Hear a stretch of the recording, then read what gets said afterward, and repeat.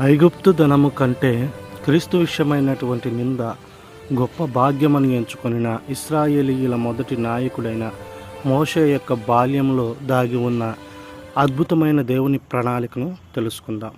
ఒకప్పుడు ఐగుప్తు దేశంలో ఇశ్రాయేలీయులు బానిసలుగా ఉండేవారు. ఐగుప్తు రాజు ఫరో వారికి చాలా కష్టాలు పెట్టాడు. ఇశ్రాయేలీయుల పిల్లలు ఎక్కువైపోతారేమోనని భయపడి కొత్తగా పుట్టిన మగ పిల్లలను నదిలో వేయాలని ఆజ్ఞ ఇచ్చాడు. అప్పుడు లేవి గోత్రానికి చెందిన ఒక మంచి తల్లి తన చిన్న బిడ్డను చూసి చాలా ప్రేమించింది. ఆ బిడ్డ పేరు మోషే. అతడిని కాపాడాలని ఆమె ఒక చిన్న బుట్టను తీసుకొని దానిని నీరు లోపలికి రాని విధంగా పూత వేసింది. మోషేను ఆ బుట్టలో పెట్టి నైలు నదిలో నెమ్మదిగా వదిలింది.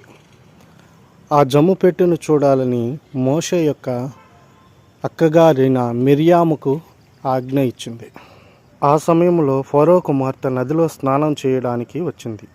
ఆమె బుట్టను చూసి తెరిపించగా అందులో ఒక అందమైన శిశువు కనిపించాడు. బిడ్డ ఏడుస్తుండగా ఆమెకు జాలి కలిగింది. ఈ బిడ్డను నేనే పెంచాలి అని ఆమె నిర్ణయించుకుంది. ఈ విషయాన్ని దూరంగా గమనిస్తున్న మోషే అక్క ఈ బిడ్డను పెంచడానికి ఒక హెబ్రీ మహిళను పిలవనా అని అడిగింది. ఫరో కుమార్తె ఒప్పుకుంది. మోషే తల్లిని మోషేని పెంచడానికి ఫరో కుమార్తె యొద్దకు మిరియాము తీసుకువచ్చింది.